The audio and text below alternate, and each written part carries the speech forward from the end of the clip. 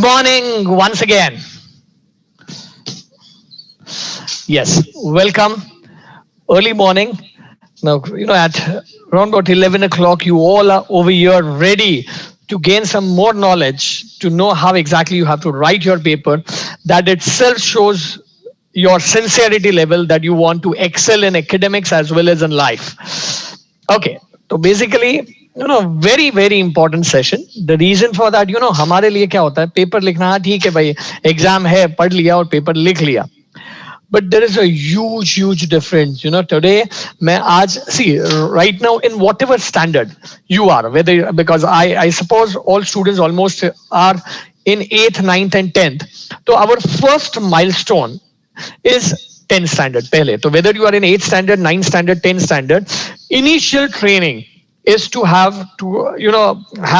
good marks, great marks in your first milestone, that is standard 10th. And there are some set rules कि भाई paper कैसे लिखना चाहिए. And let me tell you, before we start with the presentation, with the webinar part of it, it is once again I would like to remind you that it is purely an interactive webinar. आपका decision, आपका opinion बहुत मायने करता है. आप घर पे अकेले बैठे हैं, लेफ्ट राइट नहीं देखना है. आपको लगता है अगर आपको क्वेरी है, प्रॉब्लम है, तो you can just put it over here on the chat box and that will be answered at the late. But have a pen and paper, और जो भी हम कहते हैं वो jot down करना बहुत important है. Okay, now let me tell you, as we said, मैं एक चीज आपको बताना चाहूंगा कि when it comes to teaching profession, we are blessed because I strongly believe there are only two species or two personalities or two people on this planet Earth which corrects. The world punishes. Only parents and teachers, ये दो ही लोग हैं जो आपको correct करते हैं and बाकी दुनिया पनिश करती है. तो right now this is a part of correction. और अगर अभी नहीं सुधरे, अभी अपने आप को करेक्ट नहीं किया, तो जब दुनिया के हाथों में आएंगे ना, तो they never have any mercy. They are going to give you left, right and center. तो अब यहाँ yes, तो अभी basically when it comes to paper presentation, let me tell you, when it comes to teaching profession, बहुत blessed है हम लोग, क्योंकि ये प्रोफेशन ने हमको नाम दिया है, फेम दिया है, पैसा दिया है.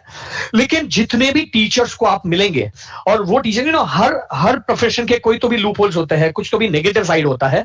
तो हम टीचर्स को अगर जब पूछा जाता है कि भाई इस प्रोफेशन का सबसे आपको क्या नहीं अच्छा लगता है, क्या नहीं करना है, तो सारे टीचर्स यूनानिमसली क्या कहते हैं पता है कि सर आप 10 लेक्चर अगर हम ज्यादा ले लेंगे तो भी चलेगा, 5 घंटे के बदले हम 8 घंटे लेक्चर लेंगे, लेकिन प्लीज हमें पेपर चेक नहीं करना है.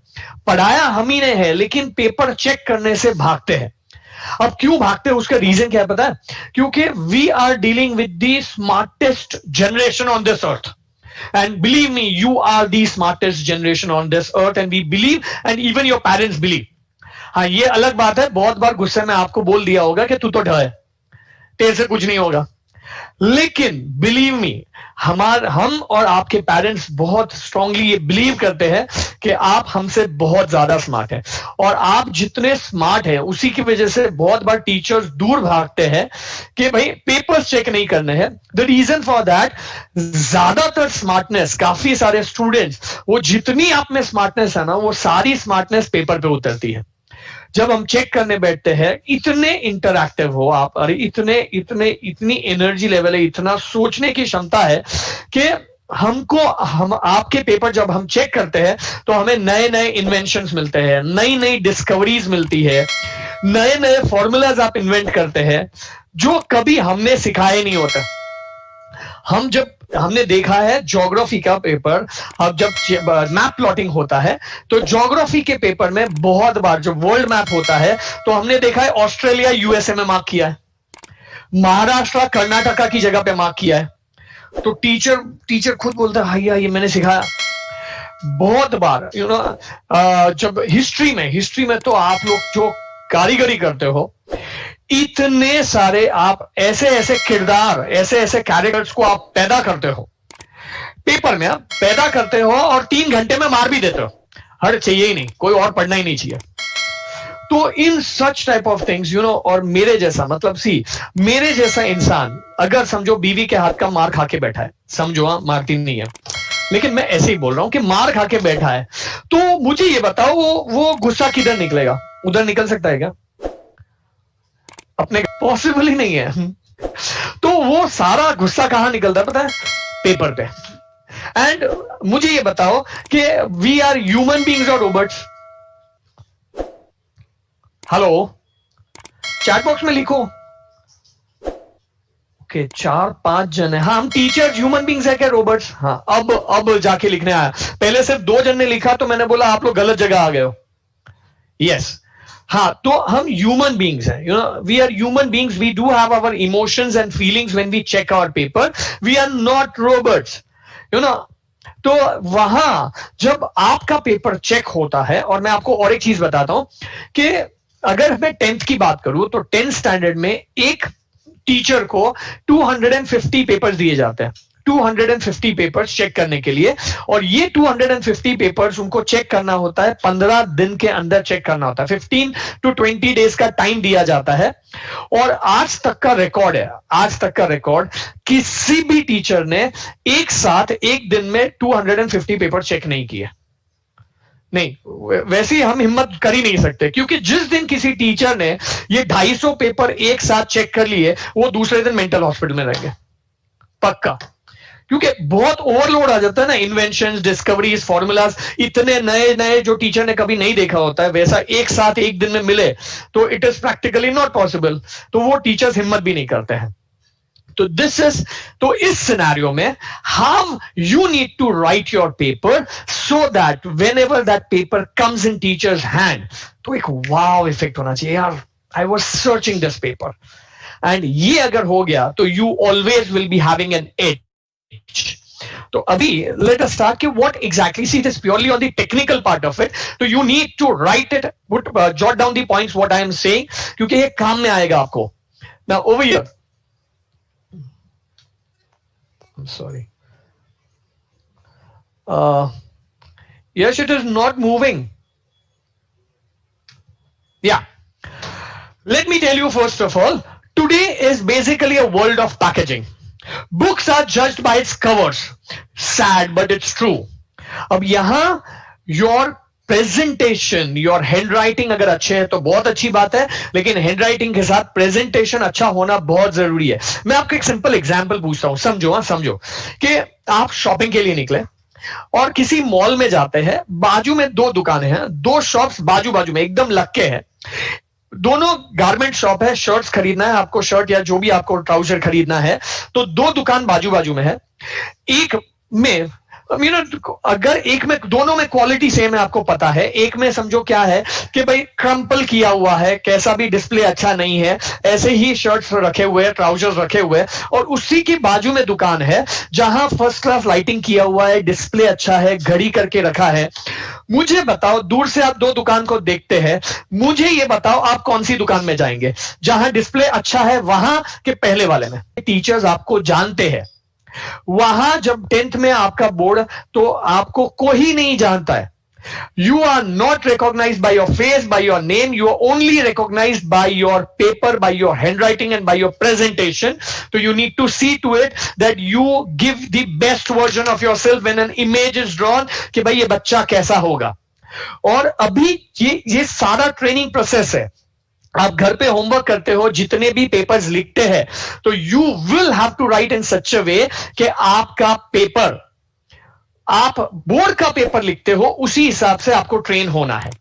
And this is a learning process if you learn from your mistakes, because I strongly believe there are no mistakes in life, only lessons, provided you learn it. और क्या learn करने जैसा है? Paper दिया, teacher ने check किया, आपके पास वापस आया, वहां आप पहले जब पेपर्स आपको दिए जाते हैं, आप क्या करते हो? क्या करते हो पता है? सबसे पहले काउंटिंग, 2 बार काउंट करते हो, कहीं टीचर ने काउंटिंग मिस्टेक तो नहीं किया। टीचर का गला पकड़ना है, टीचर आपने 1 मार्क 2 मार्क हमको कम दिया, that is the first thing what you do. Second thing आप क्या करते हो पता है? सेकेंड थिंग पूरे क्लास में कन्वर्सेशन लॉन्ग डिस्टेंस कॉल शुरू होता है, आप फर्स्ट बेंच पे है, आपका फ्रेंड लास्ट बेंच पे, ए तेरे को कितना मिला, ए तेरे को कितना मिला, फिर वो बोलेगा नहीं तू पहले बता, नहीं तू पहले बता. That all starts. That is the second thing what you do, कि तेरे को कितना मिला, ये चल रहा है. And third thing what you do is you compare papers. अब कैसे कंपेयर करते पता है, ये देख देख देख, तूने भी ये 3 लाइन लिखा, मैंने भी डिट्टो ये 3 लाइन लिखा, तेरे को 3 मार्क दिया, मेरे को 2.5 मार्क दिया, टीचर पार्शियल. एक आधे मार्क के लिए टीचर के माथे पे एक स्टैंप लगा दे तो टीचर पार्शियल है. ये मेरे को ये बताओ, आपका आधा आधा मार्क लेके क्या हम लोग हमारा तिजोरी भरेंगे? क्या हम हमारे तिजोरी भरने वाले हैं क्या? नहीं, फिर भी टीचर पार्शियल. अरे what goes in when, that is what you need to understand. पहली बात तो जब आपको पेपर दिए जाते हैं तो first thing is not about the marks. Of course you need to count the marks, but that should not be the first thing. अब आ गया जो सही है गलत दे दिया है वो रिकरेक्ट हो जाएगा, मार्क्स मिल जाएंगे. सबसे पहले आपको क्या देखना चाहिए कि क्या मैंने जो पेपर लिखा उसमें मेरी गलती किधर है, टीचर्स ने मेरे मार्क्स कहां काटे हैं. That is the first thing you need to see. हो सकता है कि 3 में से 3 मिलना चाहिए, 2.5 दिया.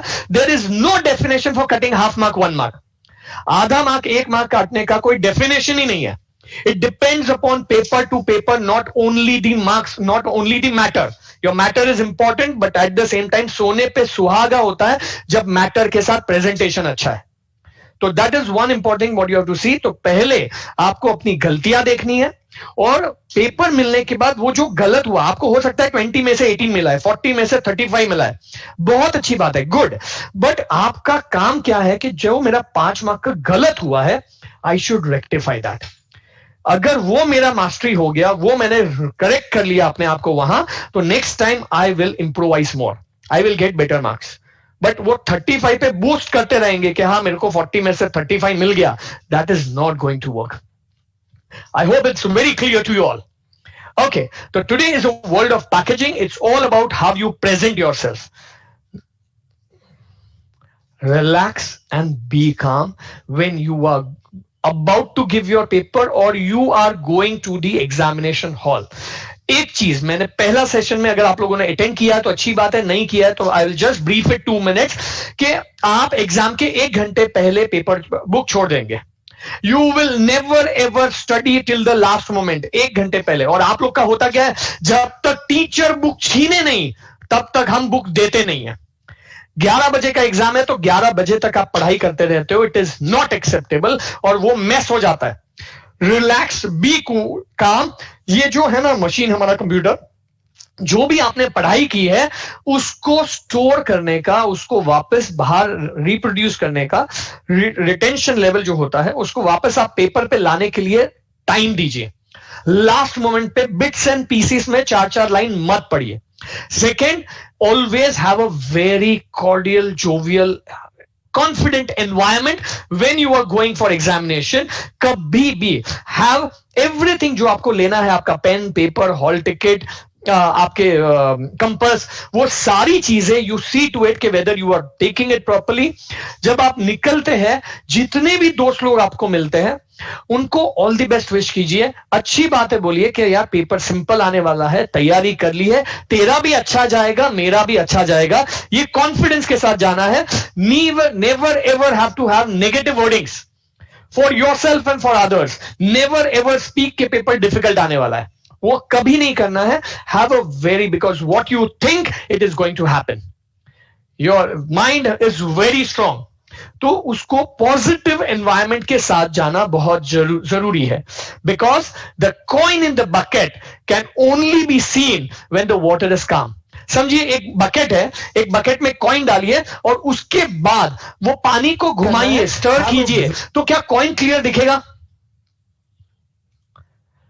नहीं दिखेगा. बकेट वही है, पानी वही है, कॉइन भी उधर है, लेकिन अगर उसी चीज को थोड़ा काम होने दिया, कूल होने दिया, वो स्टरिंग नहीं है, तो क्लियरली आपको कॉइन दिखता है. वैसे ही आपका माइंड है कि disturbing over anxiety, over anxiousness के साथ जाएंगे, डर के माहौल के साथ जाएंगे, तो जो आपको इधर स्टोर है ना, स्टोर है, पढ़ा भी आपने, स्टोर भी किया हुआ है, लेकिन वो क्लियरली बाहर आउटपुट नहीं आएगा if you are not relax and calm. तो you need to see to it that you are relaxed. हो सकता है आपको 4-5 मार्क का नहीं आता है, but exam is not the time, that moment to think of that. Always think of what you know and what you can do, your give your best. Now I am coming to the technical part of it. हमको exam देने जाते हैं तो भगवान का सहारा होता है, हमेशा पार्टनरशिप होता है भगवान के साथ। अच्छा गया तो एक नारियल और सही, 2 दिया और लगाएंगे, ये सारी चीजें होती है। लेकिन बहुत जन को आदत होती है कि जब आप पेपर लिखते हैं ना, तो पेपर में आप सबसे मैं see I am everything what I am talking about is in context with your board examination. अगर आप 9th में भी हो, अगर आप 8th में भी हो, तो ये आदत अभी से लगाएंगे तो 10th तक एकदम परफेक्ट हो जाएंगे। तो बहुत बार बहुत से बच्चों को आदत होती है कि कुछ भी अच्छा काम शुरू करने से पहले आप ओम लिखते हो या श्री गणेशाय नमः लिखते हैं या जो भी लिखते हैं, ये आपको बोर्ड में अलाउड ही नहीं है। None of the religious comments or blessings, it has to be in mind, but paper पे नहीं लिखना है। वैसे पेपर पोर्शन रिड्यूस बाय 25%, 50%, जो भी होने दो ना, जितना रिड्यूस करना है करने दो, उससे फर्क नहीं पड़ता है। हमको तो जो है वो अच्छे से करके जाना है। अब यहां कैसे लिखना है, आई एम नॉट टॉकिंग अबाउट कैसे पढ़ना है। आज हमको पेपर कैसे लिखना है उसके बारे में सेशन है। तो आप सबसे पहले ये गलती नहीं करेंगे, क्योंकि ये टेक्निकली क्या होता है इसमें, आप ये सब लिखते हैं ना, ये कुछ साइंस होती है। बोर्ड वाले के दिमाग में ये होता है कि इन्होंने पेपर बाद में मॉडरेटर के पास जाता है, चेकर के पास जाता है, तो फ्रॉड करने के लिए उन्होंने एक सिंबल बना दिया है कि भाई ये बता सकते हैं कि मैंने अपने पेपर में ये लिखा हुआ है, ये मेरा साइन है। तो इसलिए it is strictly not allowed by board कि आप कोई भी एक्स्ट्रा चीजें नहीं लिखेंगे। स्टार्ट में strict no to mention to any religious symbols और any blessing sort which is not to be written on paper. Second, every time signature on paper. ये बहुत बार गलती करते हैं। बोर्ड की एग्जाम होती है ना 10th स्टैंडर्ड की, तो बहुत बार क्या होता है कि पहली बार हॉल टिकट के लिए हमको साइन करना होता है। उसके पहले बच्चे लोग ने बहुत बार ये देखा है कि अपना प्रॉपर साइन भी नहीं किया होता है। पहली बार हॉल टिकट के लिए साइन करना ना, तो उसके पहले मैंने किया था, मैंने 3 दिन तक प्रैक्टिस किया था कि हॉल टिकट में मैं कौन सा साइन करूं। तो योर साइन, एंड मैं आपको और एक चीज बोलता हूं, work in your life in such a way that your signature becomes autograph. Your signature should become autograph in life. लोग मांगने चाहिए और प्रैक्टिस करो, बाकायदा करो ऐसे, तो वो होता है। लेकिन क्या होता है, वो बहुत बार जब हम प्रैक्टिस करते हैं तो बड़ा बड़ा मस्त एकदम साइन करते हैं, उसका प्रैक्टिस भी कर लेते हैं, हॉल टिकट पे वही करते हैं। और उसके बाद जब बोर्ड का पेपर आता है, जहां हर पेपर पे आपको साइन करना होता है, तो बहुत बार बच्चे क्या करते हैं, सिर्फ इनिशियल्स लिखते हैं। सिर्फ इनिशियल, मतलब हॉल टिकट में साइन अलग और बोर्ड पेपर पे साइन अलग। टेक्निकली गलत हो जाएगा, यू कैन बी कॉट। या आपका पेपर ऐसा होगा कि भाई नहीं, ये किसी और ने लिखा है, तो प्लीज सी टू इट कि ये चीज आप नहीं करेंगे। जो हॉल टिकट में साइन है बिल्कुल वही आपके पेपर पे साइन होना चाहिए। वैसे always right seat number on every paper. आपका जो हॉलोग्राफ होगा, लेकिन सीट नंबर वो देख सकते हैं, तो आपको सीट नंबर आपको हर पेपर पे लिखना जरूरी है। बहुत बार होता है कि बच्चे फर्स्ट मेन सप्लीमेंट में लिखते हैं, उसके बाद क्या है, घाय होती है कि 1 मार्क 2 मार्क मेरा पेपर रह जाएगा, तो पेपर लेते हैं, उसमें बहुत बार आप सीट नंबर लिखना भूल जाते हैं। अब ये होता है तो क्या होगा कि गलती से वो पेपर छूट गया, निकल गया, और अगर आपने सीट नंबर भी नहीं लिखा है तो वो किसी पेपर चेकर के पास जाते हैं, टीचर के पास। तो अगर समझो 250 पेपर्स है, तो हो सकता है आपका पेपर जो एक्स्ट्रा सप्लीमेंट निकल गया है वो उधर ही होगा। अगर इंसानियत होगी टीचर के पास, तो वो उनको पेपर चेक करके लगेगा यार ये इतना ही नहीं हो सकता, बच्चे ने और भी लिखा होगा, तो वो ट्राई करेगा उस 250 पेपर में कि भाई वो पेपर ढूंढे।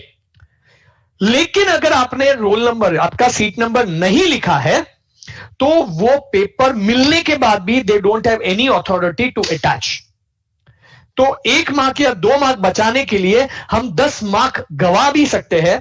तो see to it that you write seat number on every paper.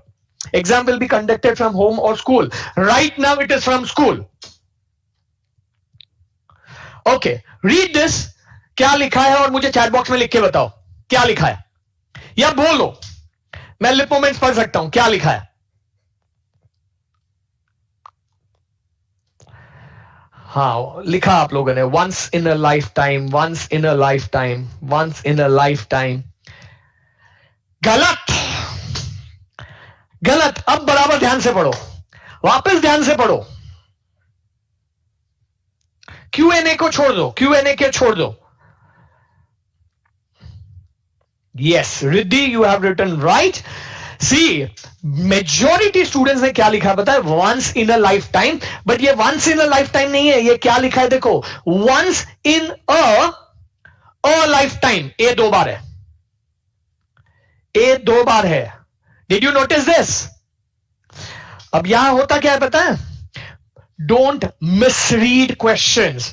बहुत बार एंग्जाइटी में, एंग्शियसनेस में होता क्या है, जब पेपर आता है ना तो हम फटाफट, पेपर में क्वेश्चन कुछ और होता है, हमारे दिमाग में प्रेजुडाइज्ड माइंड होता है कि ये यही क्वेश्चन है और दिमाग कुछ अलग पढ़ता है।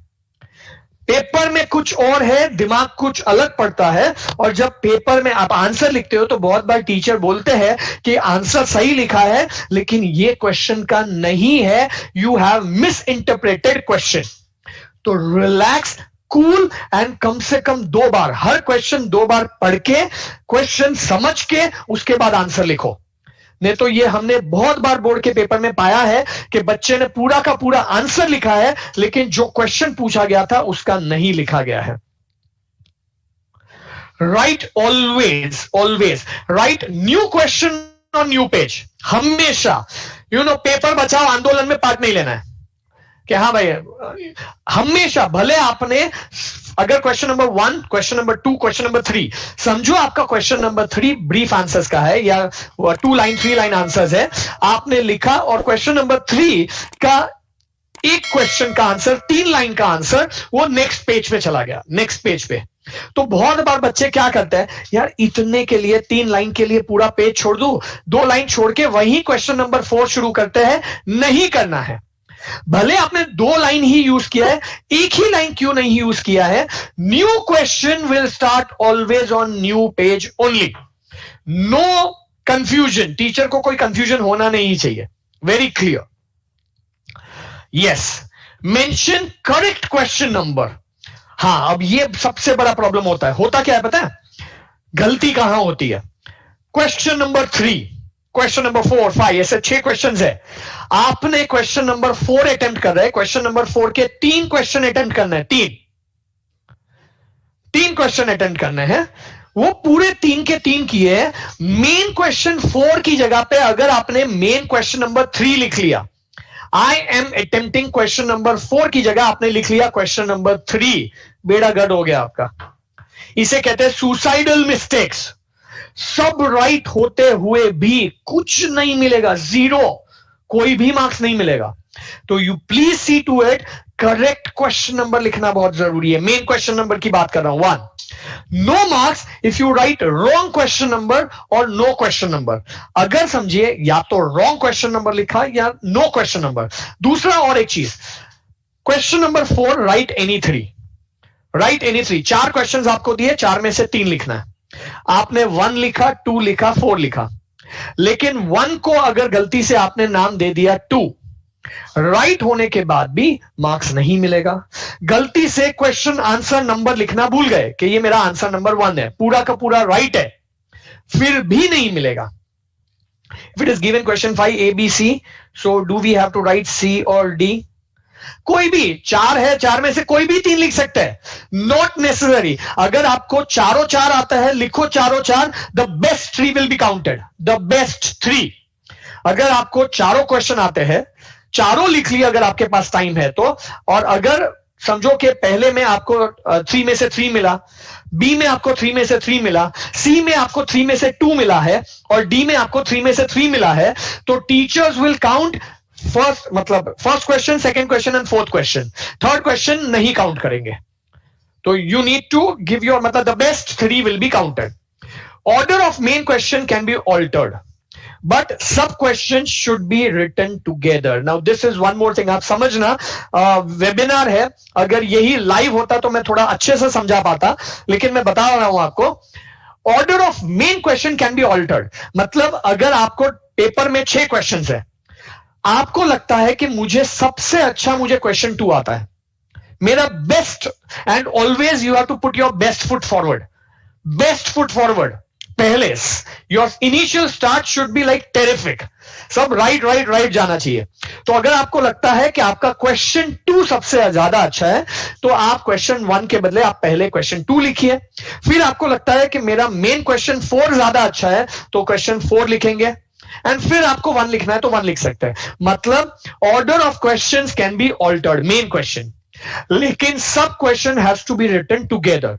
मतलब क्वेश्चन नंबर 3 में एनी 3 बोला है, तो क्वेश्चन नंबर 3 आपने लिखा.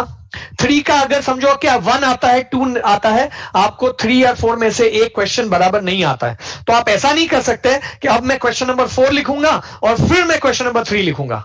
ऐसा नहीं, आप जगह छोड़ दो, लेकिन सब क्वेश्चन साथ में लिखना. 1 लिखो, 3 लिखो, 4 लिखो चलेगा, 2, 1, 4 लिखो चलेगा, लेकिन साथ में कंटिन्यू होना चाहिए. क्वेश्चन नंबर 3 थोड़ा लिखा, फिर क्वेश्चन 4 लिखा, फिर क्वेश्चन 3 लिखा, तो नहीं चलेगा. Sir then extra answer if you have to write after paper is done, then how to write? Not to write. आपको तभी जगह छोड़ देना है. It is better you leave the, if you अगर आपको लगता है कि मुझे टाइम मिलेगा तो मैं बाद में एक्स्ट्रा क्वेश्चन लिखूंगा, तो आप वो पहले से उधर ही जगह छोड़ दो, आप पीछे नहीं लिखेंगे. Is that clear? Okay, yes. मैंने जैसे कहा ना, सी लाइफ में आपको हमेशा मौका मिलेगा to have your second impression. अगर फर्स्ट इंप्रेशन अच्छा नहीं गया, ये हमारे साथ बहुत बार होता है जब हम क्लासेस में, स्कूल्स में लेक्चर्स के लिए जाते हैं या इंटरैक्शन करते हैं, तो बहुत बार ऐसा हो सकता है कि पहली बार में लगा यार ये बच्चा तो बहुत शैतान है यार, बहुत नटखट है यार, मतलब नहीं यार इनका कुछ नहीं हो सकता, ऐसा दिमाग में होता है, ख्याल आता है कि ये he is on not a right track. लेकिन हो सकता है सेकेंड मीटिंग, थर्ड मीटिंग में the image of the child changes, कि नहीं यार मैं सोच रहा था वो गलत था, ये बहुत अच्छा है. तो in life you will definitely get a chance to have your second impression, to alter your impression. But in paper your first impression is your final impression, because जैसे मैडम ने भी कहा, जो पूरे साल आप पढ़ाई करते हो, 3 घंटे तक लिखते हो, वो 3 मिनट में चेक होता है, और 3 मिनट में भी पहले 30 सेकंड में टीचर के दिमाग में एक इमेज बनता है कि बच्चा एवरेज है, अबव एवरेज है या बिलो एवरेज है. और ये इमेज बनाने, और वो जो 30 सेकंड में इमेज बन गया ना, फिर वो उनको मौका नहीं मिलता है वो इमेज को चेंज होने में. उसी इमेज के साथ आपका पेपर चेक होता है, उसी इमेज के साथ. तो in paper your first, for an examiner, first impression is your final impression. You are not going to be known by your face, by your hand writing, only by your paper. अब generally I personally prefer that you need to start your paper with very simple thing, and that is with objectives. And आपके objectives सही होने ही चाहिए. See, मैं आपको एक चीज बता देता हूं, कोई भी पेपर आप ले लेंगे ना, 35 marks, 35% marks are for objectives, 35% marks. जहां आप एक वर्ड लिखोगे आपको 1 मार्क मिलेगा, 1 word 1 मार्क. और वो पहले 35% मार्क्स वो पहले 3 पेज में होता है. मतलब क्वेश्चन नंबर 1, 2 ये जनरली ऑब्जेक्टिव्स होता है. Sir, if while checking our paper, if we find one of our answer is wrong, can we cancel that and write it at the end of the paper? Difficult है, consider generally नहीं होता है.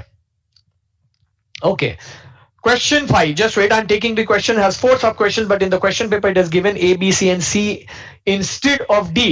Then what should we write for sub question C or D? You will write C only.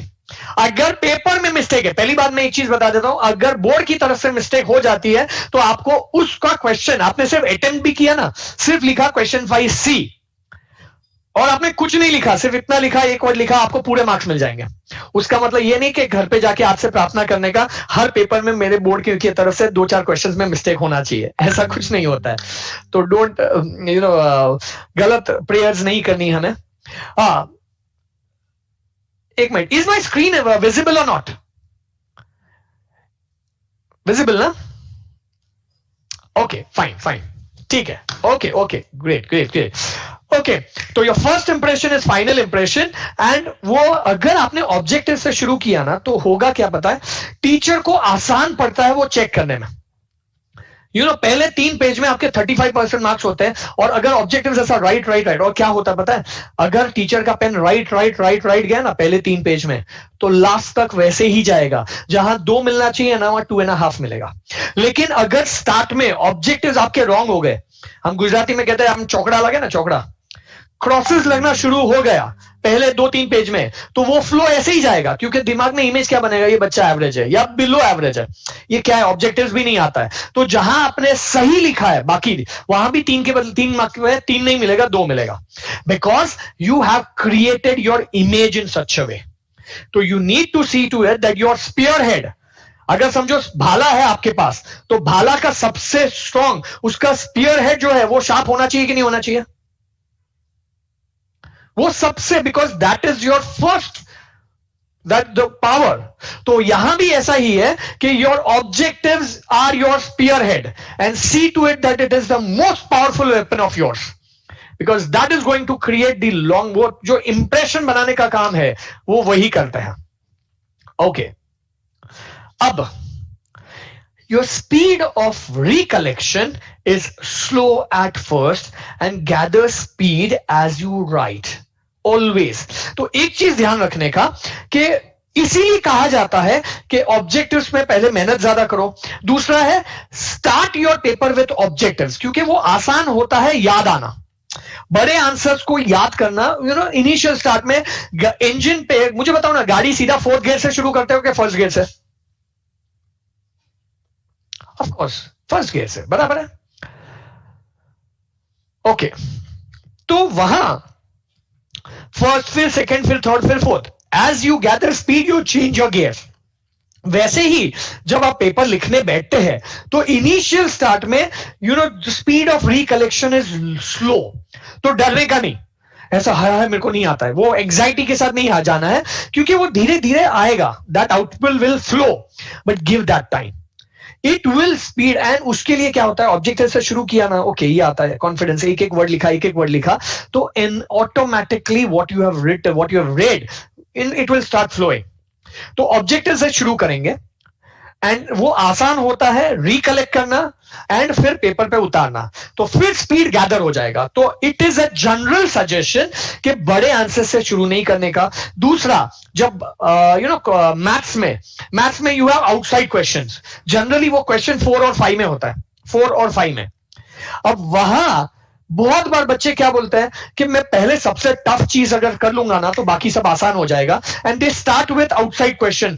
Please please don't do it, please don't do it. Challenging questions होते हैं वो। मैं आपको क्यों बोल रहा हूं पता है, क्योंकि हाउएवर यू आर कॉन्फिडेंट, वो चैलेंजिंग क्वेश्चंस जो है वो कहां से आएंगे नहीं पता है आपको। अब उसमें कहीं गलती से हम अटक गए तो जो 5 मिनट में सम होना चाहिए ना, उसको 10 मिनट 12 मिनट लग गया। 12 मिनट में आपने वो सम क्रैक भी कर लिया तो भी आपका कॉन्फिडेंस लूज हो जाएगा। Oh shit, I have lost so much time. और उसकी वजह से जो आता है ना, उसमें आप हैंकी पैंकी सिचुएशन में आ जाओगे, थोड़े नर्वस हो जाओगे। Not to go for it. To always start with simple things to start with. What the eyes like, the mind also likes. ये 100% बात है, 100%। आज मजाक में कह रहा हूं, लेकिन वर्ल्ड ओवर डिवोर्स सबसे ज्यादा इसी की वजह से होता है, क्योंकि दिख गया ना अच्छा है, बाद में पता चलता है ये कैसा है। लेकिन ultimately what is important is, ये एक बाय डिफॉल्ट है, what the eyes like the mind also likes. जो आंखों को अच्छा लगता है वो पहले माइंड को अच्छा लगेगा ही लगेगा। इसलिए हमारी कोशिश ये होनी चाहिए कि handwriting and presentation are vital to success. हम हैंडराइटिंग भी अच्छे निकालें और प्रेजेंटेशन भी अच्छा करें। अब हैंडराइटिंग, बहुत बार बहुत से बच्चे बोलते हैं सर 10 साल से हम ऐसे ही घिसे पीटे जा रहे हैं। तो अब हाँ sir, can we change the order of the main question? Yes Rishi, I told you main question can be altered. Sir, in exams, it is our choice that how we have to write the questions, or do we have to write in the same way? No, I told you, Arya, that main question you can write any. You can start with question 4 first, then 3, then 1. But you start with main question, matlab objectives. I prefer that. Sir, if we cancel anything in the objective, I am coming to that. Second, paper presentation के लिए और एक चीज जरूरी है. Have a pen. एक जो आप पेन लेंगे, पेन, बहुत बार आप लोग स्कूल्स में, क्लासेस में, घर पे होमवर्क करते हैं ना, तो आपका लाल, लीला, पीला, नीला सब पेन होता है. जो हाथ में आया उससे आप लोग लिखना शुरू कर देते हैं. नहीं करना चाहिए. आप एक कोई ब्रांडेड पेन ले लीजिए जो मतलब थोड़ा शाइनी हो. जेल पेन हो तो अच्छी क्वालिटी का हो. Gel pen is allowed, ball pen are allowed, but अच्छी क्वालिटी के पेन हो. I am not a salesman of any pen company, तो मैं किसी कंपनी का नाम नहीं दूंगा. मैं तो आप लोग बोलोगे सर को कमीशन मिलता होगा. मैं ये बोलता हूं, चेक करो, जो अच्छा पेन आपको लगे वो पेन से आप लिखो. वही पेन से आप लिखेंगे ना तो आपके ग्रिप में भी फर्क पड़ेगा. It is a matter of कितना फर्क पड़ता है. 3 घंटे जब पेपर लिखोगे ना, आपने जो पूरे साल एक ही पेन से प्रैक्टिस किया होगा, और अगर अलग अलग पेन से प्रैक्टिस किया होगा, तो आपके ग्रिप की वजह से जो स्पीड में फर्क पड़ता है, that effects around about 5 to 7 minutes. 5 से 7 मिनट का फर्क पड़ता है, और वो 7 मिनट बहुत वैल्यूएबल होता है जब आप 3 घंटे का पेपर लिखते हो. तब वैसे अब यहां हैंडराइटिंग सुधारने का कैसे, मुझे ये बताओ. Anything what you start in a conscious way, it goes and you practice it. It goes into subconscious mind and then you do it without hesitation. अब मैं एक चीज बोलता हूं आपको, मैं एक दो एग्जांपल्स देता हूं. अब समझो, I will come to all diagrams and all that. मैं आ रहा हूं उस पे. I do have many thing. Okay, अभी मुझे बताओ ना, साइकिल चलाया आपने? सबने चलाया, बराबर है. अब पहले बचपन में जब साइकिल शुरू किया था, तो पता है साइकिल पे बैठते थे तो एक सपोर्ट स्टैंड होते थे, सपोर्टिंग व्हील्स होते थे. सपोर्टिंग व्हील्स होने के बाद भी पीछे मम्मी पापा पकड़ते थे, बराबर है. और थोड़ा ही हमने चलाया और गलती से मम्मी या पापा ने हाथ छोड़ा, पता है हमको सपोर्टिंग व्हील है, फिर भी ये छोड़ना मत, डर लगता है.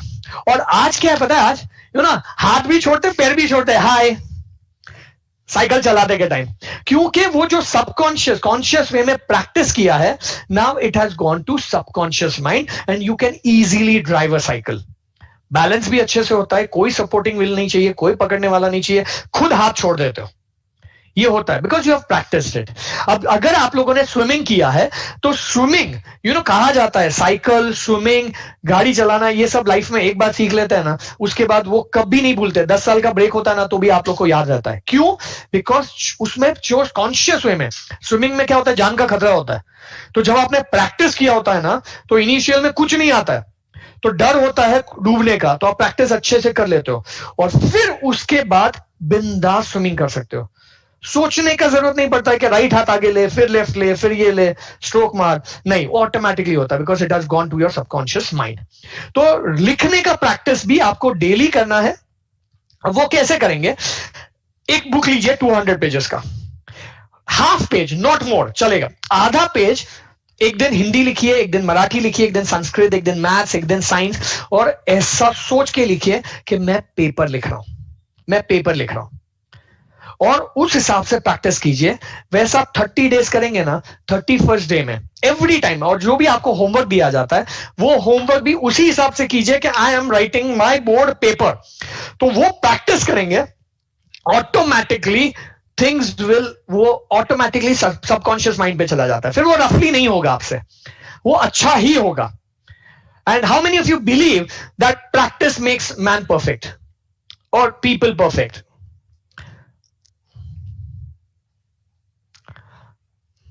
गलत. Change it. Practice makes you perfect in whatever you practice. Perfect practice makes you perfect. Only perfect practice makes you perfect. नहीं तो अगर गलत चीजें प्रैक्टिस करते रहोगे तो उसमें माहिर हो जाओगे. परफेक्ट कब होगे? जब प्रैक्टिस भी परफेक्ट करोगे. क्योंकि बहुत बार घर पे जब होमवर्क दिया जाता है ना, तो वो एकदम फ्री हैंड अपन एब्स्ट्रैक्ट पेंटिंग करते हैं ना, वैसा हैंडराइटिंग निकलता है अपना, मस्त.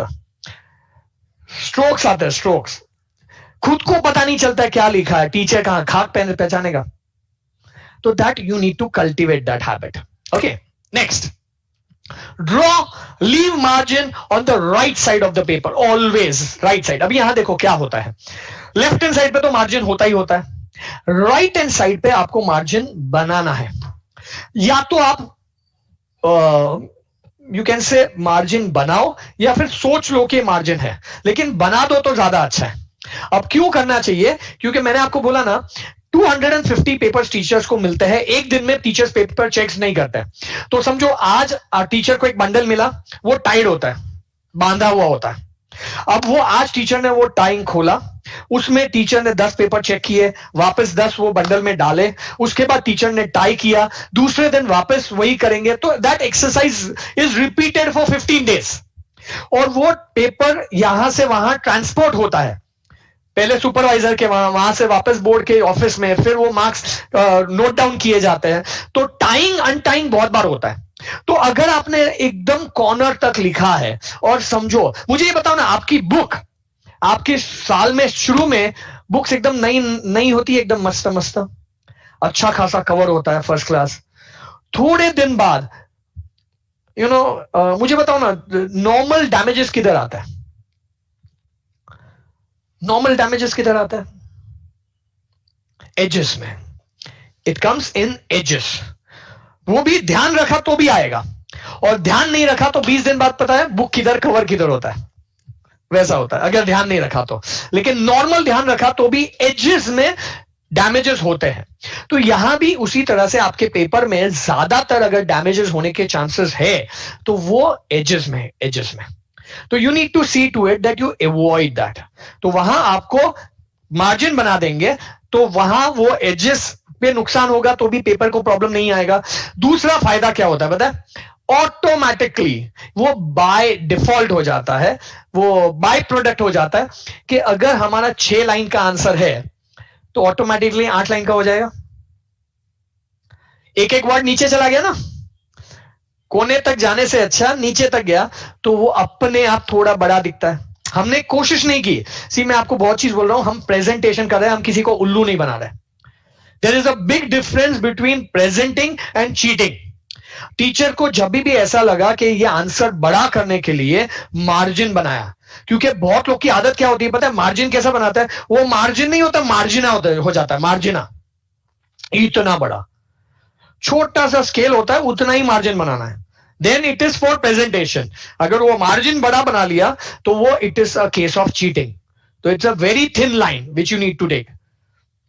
नहीं, इट विल, हाँ किशा, इट कंज्यूम्स टाइम, बिकॉज जहां हमें फाइनल्स करनी है वहां आप प्रैक्टिस करोगे तो डेफिनेटली आपको टाइम ज्यादा लगेगा. लेकिन आपने अभी से पेपर लिखा, अभी से अगर प्रैक्टिस वैसे ही किया तो वो ऑटोमेटिकली हो जाएगा. Automatically you need to practice now, and वहां फाइनल्स में प्रैक्टिस करने नहीं बैठना है. Okay, with a pencil, sir, we mentioned with a pencil, that is this very question at the end. नहीं बेटा, वो सब नहीं entertain करते हैं. How to make paper look good if handwriting are bad? I'm coming to that. I'm coming to that. Handwriting उतने बुरे नहीं होने चाहिए. ओके ओके होंगे तो भी presentation is different matters. Okay, now first line, never ever to write. ये आपका यहाँ ये जो first line होता है, मैंने यहाँ लिखा है leave this line. पहले लाइन पे नहीं लिखेंगे, लास्ट लाइन पे नहीं लिखेंगे. और लास्ट लाइन मतलब इसे कहते हैं लास्ट लाइन. जहां मैंने लास्ट लाइन लिखा है, 2 लाइन छोड़ना है तो 2 छोड़ दो. आप लोग का लास्ट लाइन तो होता है एकदम कोने तक. बहुत बार आपके अंदर में क्या दया भाव आ जाता है कि सिर्फ 1 लाइन बाकी है, उसके लिए कहां दूसरे पेपर पे जाऊं, वही कोने कोपचे में डाल देते हो एकदम चिंटू चिंटू हैंडराइटिंग में. फिर वो टीचर को माइक्रोस्कोप में देखना पड़ता है. और अगर एजेस फट गए तो क्या टीचर रोने बैठेंगे क्या कि मेरी वजह से ये मैंने टाई किया, अनटाई किया, इसलिए पेपर फटा? कोई रोने नहीं बैठता है. वो सीधा सीधा ब्लेम गेम होता है, बोले लिखा क्यों बेवकूफ उधर. सिंपल. तो better be safe from our side. Okay, second, left side margin is only for question number and marks allotment. ये 2 ही चीज उधर होनी चाहिए, दूसरा और कुछ नहीं होना चाहिए. अब यहां लेफ्ट साइड, अब यहां क्या होता है बहुत बार, मुझे ये बताओ कितने जन को लगता है कि आपका जब पेपर मिलता है ज्यादातर आपका काउंटिंग मिस्टेक होता ही होता है. How many of you feel so?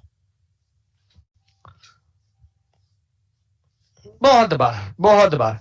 अगर आपके 9 पेपर्स होंगे ना, तो 9 में से जनरली 2 या 3 पेपर में आपका काउंटिंग मिस्टेक आता ही आता है. हो सकता है उससे ज्यादा भी हो, लेकिन इतना जनरली आता है. And every mark makes a difference, every mark. अब मैं आपको एक चीज बोल रहा हूं, उसका ऐसा नहीं कि आपने सही कर लिया तो काउंटिंग मिस्टेक नहीं होगा, लेकिन हम क्यों मौका दें? My question is why we should give a chance. अब होता क्या है, बहुत बार टीचर्स यहां लेफ्ट हैंड साइड में मार्क्स अलॉट किया है. अब अगर आपने लेफ्ट हैंड साइड में, स्पेशली हमने देखा है मैथ्स एंड साइंस में होता है, मैथ्स एंड साइंस में राइट कॉलम में वर्किंग कैसे करना है वो मैं बताऊंगा आपको. लेकिन बहुत बार बहुत से बच्चे लेफ्ट मार्जिन में भी वर्किंग करते हैं. जो उनका कैलकुलेशन होता है वो उधर किया जाता है, तो टीचर को वो जगह नहीं मिलती है मार्क्स लिखने की. इसलिए टीचर बहुत बार क्या करते हैं कि यहां बीच में कहीं जहां आपने आंसर लिखा होता है ना, उधर आपको मार्क्स दे देते हैं. अब होता क्या है, टीचर जब फाइनल काउंट करने बैठते हैं ना, तो टीचर को आदत होता है सीधा 4 + 3 7, दूसरे पेज पे गए 3 + 2 5. अब आपने टीचर को ऐसा किया कि टीचर 4 इधर लिखो, 3 इधर लिखो, 2 इधर लिखो, ऐसा डांस करवाया. तो एग्जाम में जब फाइनल काउंट करवाने में टीचर ने 4 काउंट किया, 2 काउंट किया, 3 काउंट नहीं किया, तो किसका नुकसान? अपना. सिंपल.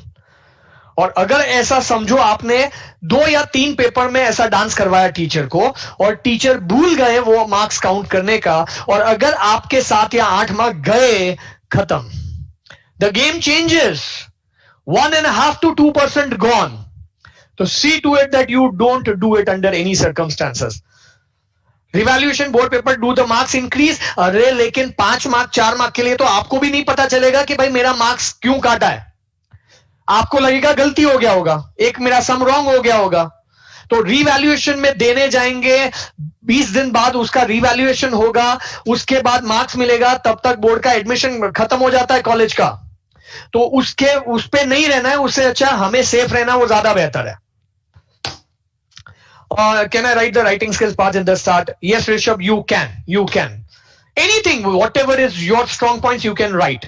But objectives होते हैं, simple to check होता है, वो ज्यादा अच्छा होता है. Sir, if the question is like question 1A, B, हाँ, तो you can write question 1, B also first, 1A also first. That's okay. चलो, I'm coming to the next part of it. हाँ, अभी ये देखो, 3 प्रकार के लोग होते हैं, बच्चे लोग होते हैं. एक होते हैं जो चर्च गेट स्लो में बैठते हैं, समझो बोरीवली से बैठे. वो ऐसा सोचते हैं पेपर का पैसा दिया है तो हम जितने क्वेश्चन आंसर सप्लीमेंट चाहे हम ले सकते हैं. तो वो क्या करते हैं, फैला के लिखते हैं. अब वो पेपर एक लाइन में 3 वर्ड या 4 वर्ड ही लिखते हैं. अब 3 वर्ड या 4 वर्ड ही लिखेंगे तो वो आंसर जो 4 लाइन का था वो उनके लिए आंसर 10 लाइन का हो जाएगा. और ऐसा सोचते हो टीचर को लगेगा हाँ मैंने 10 लाइन का आंसर लिखा. नहीं, टीचर को क्लियर पता चल जाता है कि ये क्लियर केस ऑफ चीटिंग है. ये आंसर बड़ा करने के लिए इतना बड़ा बड़ा हैंडराइटिंग में वर्ड्स में लिखते हैं, तो वो नेगेटिव इंपैक्ट करता है. There is a very thin line between presentation and cheating. Don't cross that. दिमाग में चीटिंग करने के हिसाब से पेपर लिखा तो खत्म हो गए. We can see through you. Second होता है विरार फास्ट. एकदम खिचड़ी चिपक के, जहां 4 जन बैठने चाहिए ना वहां 40 जन को बिठा देते हैं, घुस जाता है. जाके आना, अगर स्टेशन पे नहीं गए ना, विरार लोकल ट्रेन में बैठने की कोशिश करना, चढ़ने की कोशिश करना, हालत खराब हो जाएगी. तो यहां same way over here is कि कुछ लोग ऐसे होते हैं ना, एकदम चीटी कीड़ी मकोड़ी की तरह हैंडराइटिंग होता है. एक लाइन में उनके 10-10 वर्ड्स आ जाता है और टीचर को माइक्रोस्कोप में देखना पड़ता है कि क्या लिखा. दूसरा क्या होता है, see in exam quality and quantity both matters. Quality and quantity दोनों ही मैटर करता है. अब वहां वो चीटी जैसे हैंडराइटिंग होता है ना, भले आपका मैटर एकदम परफेक्ट है, लेकिन टीचर हर लाइन हर वर्ड नहीं पढ़ता है. वो थोड़ा इधर उधर से बिट्स एंड पीसेस में पढ़ लेता है. टीचर को आइडिया आ जाता है कि ये इन्होंने क्या लिखा है. लेकिन पहले ही दिमाग में टीचर जब इतने छोटा, किसी का 6 लाइन का आंसर आपका 3 लाइन में हो गया, तो भले पूरा का पूरा आपने लिखा है, लेकिन टीचर के दिमाग में क्या टीचर के दिमाग में सबसे पहला रिएक्शन क्या आएगा पता है? हाइला इतना छोटा आंसर, शुरू होने से पहले ही खत्म हो गया। दिमाग में सीधा आता है हाइला कितना छोटा है, शुरू होने से पहले ही खत्म हो गया। अब ये इमेज जैसे बना, शुरू होने से पहले ही खत्म हो गया, तो you are at a loss. तो रफली 6 to 7 वर्ड्स पर लाइन, उसका प्रैक्टिस करो। 6 से 7 वर्ड, उससे ज्यादा या उससे कम नहीं होने चाहिए। तो वो आप प्रैक्टिस करोगे, ऐसा नहीं कभी कभी मतलब, लेकिन generally ideal is 6 to 7 words पर लाइन। देन इट इज एकदम रीजनेबल होता है, अच्छा लगता है, प्रेजेंट भी अच्छा होता है। अपने पेपर पे थोड़ी इंसानियत की भावनाएं रखिएगा, बहुत इंपॉर्टेंट है। ये एक्चुअल पेपर है, एक्चुअल पेपर। ये हम जहां पढ़ाते हैं वहां एक बच्चे ने पेपर लिखा और हमें बहुत एग्जाम्पल्स, बहुत लोग सीख पाए, इसलिए। अरे you don't have to write Churchgate slow and Virar fast. What I am saying is कि I have just given a definition. What I am saying is कि आपको एक लाइन में 6 या 7 वर्ड्स होने चाहिए, उससे कम नहीं होने चाहिए, उससे ज्यादा नहीं होने चाहिए। हाँ, मैं इसकी बात करता हूं। आप तो वहां हो नहीं, ये जब पेपर होता है, अब आपको पेपर को, अब मुझे ये बताओ, ये पेपर देख के क्या होता है पता है? आप वहां नहीं है। अब होता क्या है, ये पेपर आपका है, टीचर ने जैसे ही पेपर घुमाया और ये पेपर सामने है, तो आप वहां हो नहीं, लेकिन आप क्या करते हो पता? चिल्ला चिल्ला के बोलते हो, teacher don't forget I have done cancellation. ये भूलने वाली बात ही नहीं है। वो दिख रहा है, वो दिख रहा है कि ये आपके कैंसलेशन ही कैंसलेशन दिख रहे हैं। समझ में आ रहा है आपको? अब इसमें 3 चीज होती है। अब ये कैंसलेशन जब ऐसा करते हो तो होता क्या है, आपके लिए तो वो कैंसलेशन ही हुआ। पहले चीज, टीचर ने जैसे ही पत्ता घुमाया, मैंने पहले ही बोला टीचर आपके सारे वर्ड्स नहीं पढ़ते हैं, सारी लाइन नहीं पढ़ते है, तो आपने टीचर को मौका ही नहीं दिया अपना आंसर पढ़ने के लिए। आपने सीधा टीचर को दिखाया अपने कैंसलेशंस। नजर कहां गई? कैंसलेशंस पे। That is one. Second, teacher के दिमाग में सीधा इमेज क्या बना पता है? This child is not confident about what he और शी इज राइटिंग। मतलब आपका इमेज क्या बना? Not confident. खत्म हो गया। प्रेजेंटेशन के 12 बजा दिए, आंसर्स पढ़ने नहीं दिया, और आपका इमेज क्या बना? That you are not confident. खत्म। मार्क्स कैसे मिलेगा बताओ ना? सब राइट होते हुए भी, बाकी सब सही लिखा है, फिर भी आपको 3 में से 1 ही मिलेगा, 1.5 मिलेगा, उससे ज्यादा मिल ही नहीं सकता है। अब यही चीज, पहले तो कैंसलेशन पेंसिल से ही करना होता है। Cancellation always always only with pencil, not with pen. That is one. तो वो लिख लो। बहुत बार आप लोग पेन से कैंसलेशन करते हैं, नहीं होना चाहिए। Cancellation only with pencil, one. दूसरा, there is a way, method, तरीका होता है कैंसलेशन करने का। अब मुझे ये बताओ, अगर कोई, मैं ऐसा नहीं कहता हूं कि कैंसलेशन नहीं होता है, लेकिन आपका जो वर्ड गलत हो गया, और दूसरा क्या होता है, हमने ये बहुत बार देखा है कि आपके माइंड और हैंड में जो संतुलन होना चाहिए ना, वो संतुलन डामाडोल हो जाता है आपका जब आप पेपर लिखने बैठते हैं। मैंने बहुत बार बहुत से बच्चों को देखा है, आप पेपर लिख रहे हैं और आपके दिमाग में एक थॉट आया, यार ये तो गलत है। अभी तो थॉट पूरा हुआ भी नहीं, ये तो ग यहां तक ही आया, ये तो ग, सीधा चौकड़ी खट खट खट, और उसके दूसरे ही सेकंड में आपको ध्यान आता है, अरे ये तो सही था। तो वो आने से पहले कैंसिल कर दिया, तो कूल रिलैक्स रह के बोलो। और कैंसलेशन गलत भी हुआ ना, just you have to have pencil से एक light stroke, light stroke, you know, you don't have to scribble on it, a light stroke, only 1 word, 2 line, 3 line. पूरा आंसर भी अगर गलत है और आपको वापस लिखना है, स्केल से एक लाइट पेंसिल से कट, बस। स्क्रिबल मत करो, 2-3 क्रॉसेस मत मारो, जस्ट 1 लाइन सफिशिएंट। एक वर्ड, सिर्फ 1 लाइट स्ट्रोक। अब मेरे को ये बताओ, हम टीचर्स को आंख होती है कि बटन? आंख होती है कि बटन? वो तारी सिर्फ 3 जन लिख रहे हैं 500 में से, क्या ये बटन बटन दिख रहा है आप लोग को? हाँ, आंख है। मैं तो वही फोन में, अभी मोबाइल में, अभी कंप्यूटर में घुस के मारता था आप लोग को मैं। हाँ, आंख है यार। हाँ, अब सिंपल है।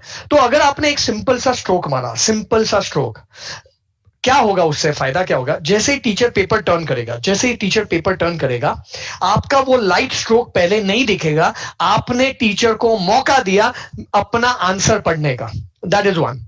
दूसरा उसका फायदा क्या होता है? टीचर हर लाइन नहीं पढ़ता है। हो सकता है आपका 3 या 4 जगह पे कैंसलेशन है, तो आपका 1 या 2 लाइन टीचर ने स्किप कर दिया, ध्यान ही नहीं रहा क्योंकि लाइट स्ट्रोक किया है।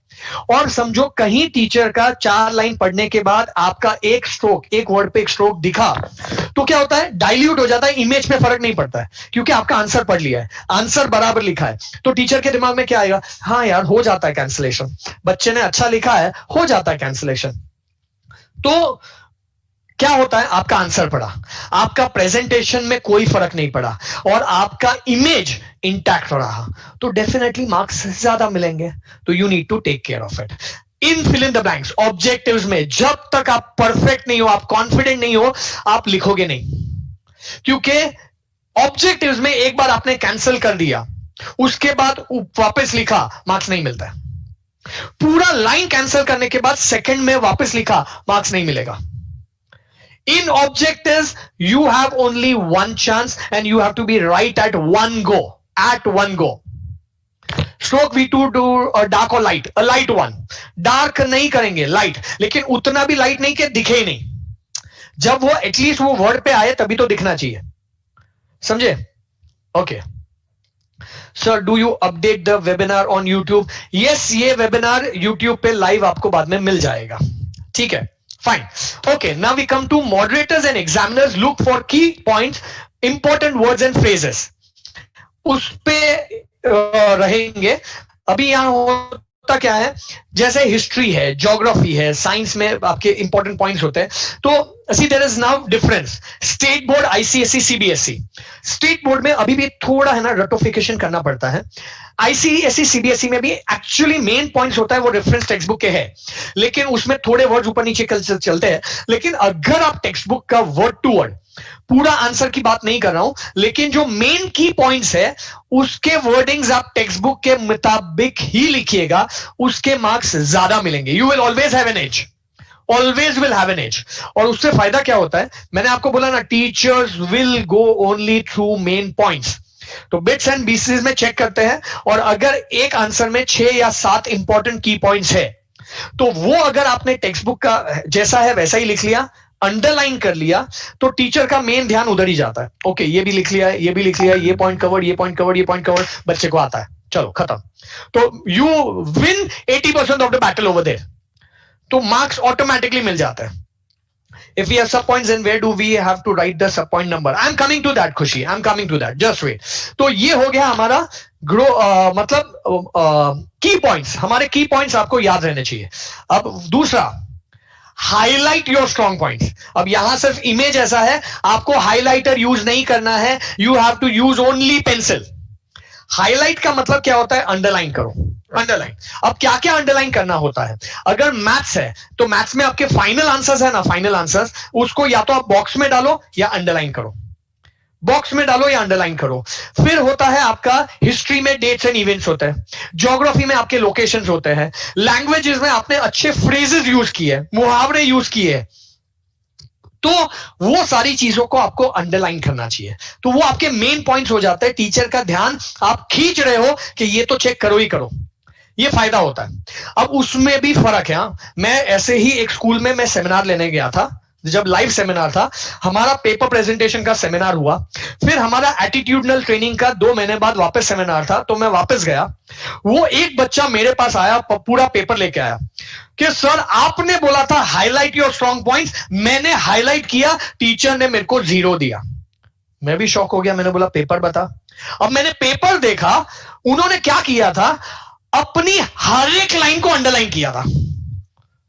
मैंने बोला भले आदमी, मैंने बोला था हाईलाइट योर स्ट्रॉन्ग पॉइंट्स, तो मुझे क्या जवाब दे रहे हैं पता है? Sir for me my all points are strong. मैंने बोला तो anything in excess is poison. अगर आप सारी लाइन को अंडरलाइन करोगे तो टीचर को तो सब पढ़ना है, तो वो तो नहीं करना है। तो एवरी पेपर, एक पेज अगर आपको कुछ हाईलाइट करना है तो एक पेज पे 5 या 6 लाइन से ज्यादा नहीं होना चाहिए। वो भी आपको रिस्ट्रिक्ट करना है कि उसमें भी सबसे ज्यादा इंपॉर्टेंट क्या है उसको हाईलाइट करेंगे आप। Fine, okay. मैथ्स, अब मैथ्स में मैं आपको एक चीज बोल रहा हूं, अभी भी अगर आप स्कूल्स में है, बोर्ड में थोड़े मार्क्स मिल जाते हैं, लेकिन अगर 8th में है, 9th में है, 10th में भी स्कूल की एग्जाम्स दे रहे हैं, तो बहुत बार आपने पाया होगा कि आपका आंसर रॉन्ग तो आपको 0 दे दिया जाता है, आपको मार्क्स नहीं दिए जाते हैं, 1 मार्क, हाफ मार्क भी नहीं मिलता है। बोर्ड में फॉर्मूला लिखा तो उसका मार्क्स मिलेगा, एक आध उतने क्या है हार्श नहीं होते हैं वो लोग। लेकिन there is always a pattern of showing your maths paper. अब आपको करना क्या चाहिए, मैथ्स में जो फाइनल आंसर है उसको या तो अंडरलाइन कर लो, डबल अंडरलाइन, या बॉक्स में डालो। सी, मैथ्स में, मैथ्स इज अ रिवॉर्ड और poison, especially when it comes to schools में चेक होता है। तो अब वहां अगर आपका आंसर राइट तो 90% आपको पूरे मार्क्स मिल जाएंगे, आंसर रॉन्ग तो शायद 0 भी मिलता है, लेकिन मेथड के थोड़े मार्क्स दे देते हैं। अब वो कैसे आपको दिखाना है, अगर आपने फाइनल आंसर को अगर आपने अंडरलाइन कर लिया, बॉक्स में डाल दिया, तो टीचर के दिमाग में क्या होता है पता है, फाइनल आंसर राइट तो मेथड राइट ही होगा, मार्क्स वहां पूरे दे दिए जाते हैं। जनरली वो उतने ऑडिट में नहीं घुसते, इतना निटिकिटी में नहीं जाते कि ये किया, वो किया, ये किया, आंसर राइट है मतलब बच्चे का मेथड भी राइट है। ये ह्यूमन साइकोलॉजी है। अगर आपने फाइनल आंसर को बॉक्स में नहीं डाला, मार्क नहीं किया, तो teachers have to check from top to bottom. अगर फाइनल आंसर को बॉक्स में डाला, teacher will check from bottom to top. तो फाइनल आंसर राइट, इमेज क्या बना, बच्चे को सब आता है, राइट ही होगा, थोड़ा ग्लांस कर लिया, पूरे मार्क्स दे दिए। But when you tell teacher you check from top to bottom, तो आपके फाइनल आंसर तक आते आते कहीं आपने देयरफॉर नहीं किया है, कहीं आपने रीजन नहीं लिखा है, कहीं आपका इक्वल टू में प्रॉब्लम है, तो ये सारा उन्होंने देखा देखा देखा और फिर फाइनल आंसर तक पहुंचे। फाइनल आंसर राइट होने के बाद भी आपका आधा 1 मार्क कट जाएगा, क्योंकि मेथड लिखने में कहीं ना कहीं आपने मिस्टेक कर लिया। ये इसके चांसेस ज्यादा है, प्रोबेबिलिटी ज्यादा है। तो you need to see to it that in maths you force a teacher to check your paper from bottom to top instead of top to bottom for any of the answer. Okay. Now, working. I'll be if I have a paper. I'll skip that. चलो ठीक है, मैं यही बता देता हूं आपको. One more thing.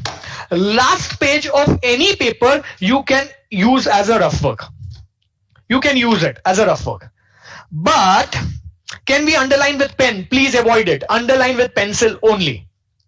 Okay, now rough work, आप लोग के लिए प्रॉब्लम क्या होता है पता है, when you say rough work, बहुत बार दिमाग में होता है rough work is meant to be rough. No, rough work is just your calculation. Please avoid, उसको रफ वर्क बोलो ही मत आप, उसको आप सप्लीमेंट्री प्रैक्टिस, सप्लीमेंट्री कंफर्मेशन के लिए आप साइड में वर्किंग करते हैं, वैसा होता है। अब there are 2 types of rough work.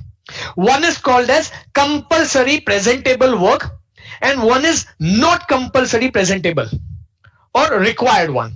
अब कंपल्सरी वाली क्या होता है, समझो आपने कोई सम आपको दिया है जिसमें आपको स्क्वायर रूट फाइंड करना है बाय डिवीजन मेथड, तो वो डिवीजन मेथड आपको दिखाना पड़ेगा साइड में, आंसर के बाजू में। तो वो आंसर के बाजू में एक छोटा सा लाइन बनाया, लिखा RWG, rough work, rough work किया, और उतना ही आपने जो डिवीजन मेथड है वहां बता दिया, क्योंकि वो डिवीजन मेथड से स्क्वायर रूट आया, वो आपको बताना पड़ेगा, कहीं ऐसे ही हवा से नहीं आ गया। बाजू के उनको ये लगना चाहिए कि बाजू वाले स्टूडेंट से कॉपी नहीं किया, आपने खुद ने किया है। तो that is compulsory presentable rough work which is required besides your answer. तो वहां अच्छा सा छोटा सा लाइन बनाओ, उतना सा ही पार्टीशन करो और उधर आप उसका वर्किंग बता दो। दूसरा होता है not required work, not required, जैसा आपका प्लस माइनस मल्टीप्लीकेशन डिवीजन जो आपको साइड में करने की जरूरत पड़ती है, तो वो साइड में मत करो, पीछे करो, पीछे। तो क्या होता है, नीटनेस पेपर की बनी रहेगी। अब मुझे ये बताओ, मैंने ये 2 सामने रखा है, एक मेसी एंड आइडियल। अब ये मेसी पेपर आपका रफ वर्क ही है, लेकिन ये आपकी पेपर की शोभा बढ़ाएगा? रफ वर्क पेन से कर सकते हो? नहीं, it will create a mess, वो गंदा दिखेगा। तो वो ब्यूटी नहीं आएगा। और वही उसका फायदा भी है। और उसका दूसरा है आइडियल। अब आइडियल में क्या किया है, आपने बाजू में लिख लिया है, ये मैंने जो वर्किंग किया है वो क्वेश्चन 1A का है, ये क्वेश्चन 2 का है, ये क्वेश्चन 3 का है, ये क्वेश्चन 4 का है। अब इसका फायदा क्या होगा, मैथ्स में how many of you feel और how many of you experience that you have done silly mistakes? Majority of the students do silly mistakes in maths. वो सिली मिस्टेक्स इसमें होता है, प्लस माइनस में मिस्टेक कर दिया, multiply divide में mistake कर लिया, ऐसा मिस्टेक्स होता है। अब ये जो मेसी रफवर्क किया ना, मेसी रफवर्क आप जो दिख रहा है, अब मेसी रफवर्क में क्या होता है, आपका डिवीजन ऐसे होता है, मल्टीप्लिकेशन ऐसे होता है, प्लस माइनस किधर भी करते रहते हो। मैथ्स में पेपर खत्म होने के बाद 15 मिनट मिलता भी है ना, तो आप क्या करते हो, क्या चेक करते हो, ओके फॉर्मूला तक मैंने फॉर्मूला सही लिखा है, लेकिन मिस्टेक फॉर्मूला में नहीं होता है, मिस्टेक कैलकुलेशन में होता है, एंड वो आप रीचेक नहीं करते हो। और रीचेक क्यों नहीं करते हो, ये मेसी रफवर्क जो किया होता है ना, उसको देख के आपको यही नहीं पता चलता है ये कौन से सम का कौन सा वर्किंग मैंने किया है, वो मेसी में खिचड़ी किया हुआ है आपने। और यही चीज आइडियल वाला है, उसमें आप क्रॉस चेक कर सकते हो, okay this is my working of this sum this sum this sum, okay मैंने गो थ्रू किया, ओके ये मेरा मिस्टेक हुआ है। मिस्टेक लोकेट होने के चांसेस बहुत बढ़ जाते हैं जब आपने रफ वर्क भी बहुत अच्छे से किया है। तो इज दैट क्लियर? तो this is what you need to take care. Okay, when it comes to diagrams, नहीं यार आप अंडरलाइन पेंसिल से ही करेंगे, हम पेन से लिखेंगे, अंडरलाइन पेंसिल से करेंगे, और कुछ मत करो, खत्म। ओके, अभी डायग्राम्स। अब ये डायग्राम्स में क्या होता है कि यू पुट और डायग्राम्स इन अ बॉक्स, एक थोड़ा नीटनेस ब्यूटी अच्छा लगता है, उसको बॉक्स में बनाओ। दूसरा, आप जो डायग्राम का नेमिंग होता है मेन कि भाई विच डायग्राम इट इज, वो आप नीचे भी लिख सकते हैं, बॉक्स के ऊपर भी लिख सकते हैं, choice is yours, that is okay. आपका जो नेमिंग होता है कि जो पार्ट्स ऑफ द डायग्राम का जो नेमिंग करेंगे वो आप राइट करो लेफ्ट करो, that's okay, that is not an issue. लेकिन जो arrows, the arrows should be towards the diagram and not towards the namings. Arrows should be towards the diagrams. Naming with pencil और pen will do, pencil और pen will do. लेकिन जब diagram बनाते हैं ना तो पेंसिल से किया तो होता क्या, एकदम श्योर है तो पेन से लिखना, क्योंकि बहुत बार आपने रब कर लिया, कुछ किया, फिर वो ऊपर नीचे लिखना पड़े तो पेन में कट करना पड़ेगा, तो इट इज बेटर कि आप पेंसिल से करें।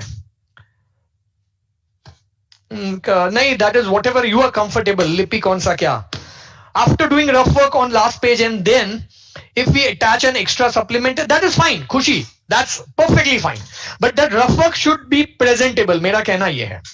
चलो ठीक है। Okay, some other points let me discuss. Answers in science and essays should be written in point form only. Paragraph form में गया जमाना, अब हमको पॉइंट फॉर्म में लिखना है कि भाई सो एंड सो हिस्ट्री में है तो पॉइंट 1, पॉइंट 2, पॉइंट 3, पॉइंट 4, वैसा। सब पॉइंट्स, उसके जो सब पॉइंट्स होते हैं वो सब पॉइंट्स आप लिखेंगे या तो रोमन फिगर में लिखेंगे या तो आप स्मॉल अल्फाबेट्स में ABC लिखेंगे, and it is part of presentation. Roman figure 1 के बाजू में 2 ब्रैकेट कर दिया तो इट इज क्लियरली विजिबल कि this is my point 1, point 2, point 3 और ABC whatever it is. तो you should write in the point form, और अगर किसी पॉइंट का और सब क्वेश्चन है, सब पॉइंट्स है, तो यू विल राइट एज 1, 2, 3 और ABC। Right in descending order of importance, हमेशा डिसेंडिंग ऑर्डर ऑफ इंपॉर्टेंस होना चाहिए। अब what is descending order of importance, कि अगर आपको लगता है कि अगर एक सिंपल एग्जांपल कहता हूं, और जो एग्जांपल होता है साइंस में, you know you also give examples, examples is a bonus point, bonus, it don't consider is as a point. Board में मानते भी होंगे लेकिन वो हम बोनस देंगे एक्स्ट्रा। अगर डिस्टिंग्विश है, डिस्टिंग्विश में 4 पॉइंट्स है तो 4 पॉइंट लिखेंगे, एग्जाम्पल को पॉइंट मत गिनो, एग्जाम्पल एक्स्ट्रा दे दो टीचर को कि ठीक है मैंने अपनी तरफ से, मुझे इतना आता है कि मैंने एग्जाम्पल ऐसे ही दे दिया। That should be the our attitude. Write in descending order of importance, don't jump from one idea to another and return to the same. ये राइटिंग स्किल्स में होता है बहुत बार। राइटिंग स्किल्स में जो पहले ऐसे होता था, अब उसका स्टोरी टेलिंग है, ये जो भी है, तो उसमें आप है ना एक ही चीज को स्ट्रेच करते रहते हैं, एक ही चीज को स्ट्रेच करते हैं। यू शुड हैव आइडियाज, और उसके लिए वो लैंग्वेजेस में, सी कोई भी लैंग्वेज को अगर आपको कमांड करना है तो आपको सुनना है, बोलना है, पढ़ना है, तीनों करना है। We have found majority of the students, they are not good at English, they are not good at Marathi, and English is going to be world language, business language, corporate language.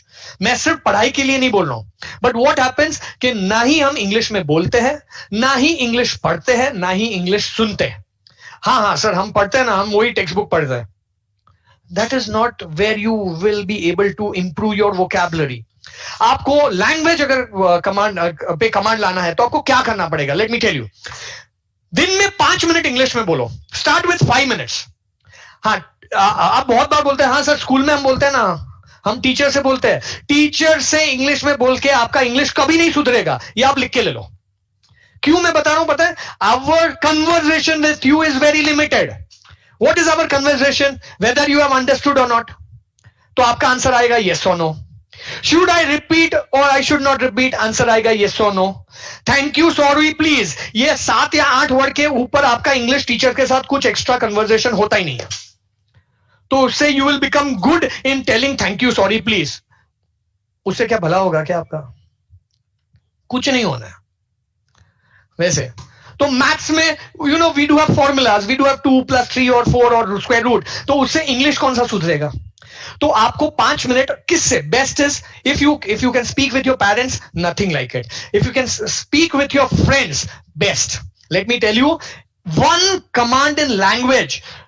You are living in the best time on this planet Earth, where diversification इतना है ना, अगर एक language पे आपका command हो जाता है ना, आप एक दिन का कंपेयरिंग का लाखों रुपया मिलता है.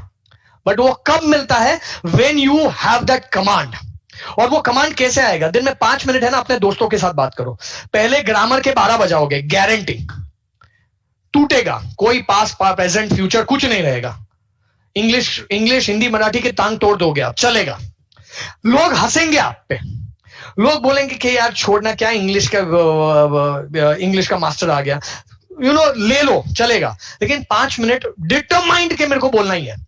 30 दिन के अंदर अंदर आप जो बोलने वाले होंगे ना, उस सोचना शुरू करोगे कि मैं बोलूं क्या. हमारा मेजर प्रॉब्लम क्या होता है? We think in our mother tongue and we try to speak in English. तो वो क्लैश होता है. Start thinking in English and speaking in English, automatically वो फ्लो बढ़ेगा. 5 मिनट न्यूज चैनल इंग्लिश का देखो. अब इंग्लिश का कौन सा news channel?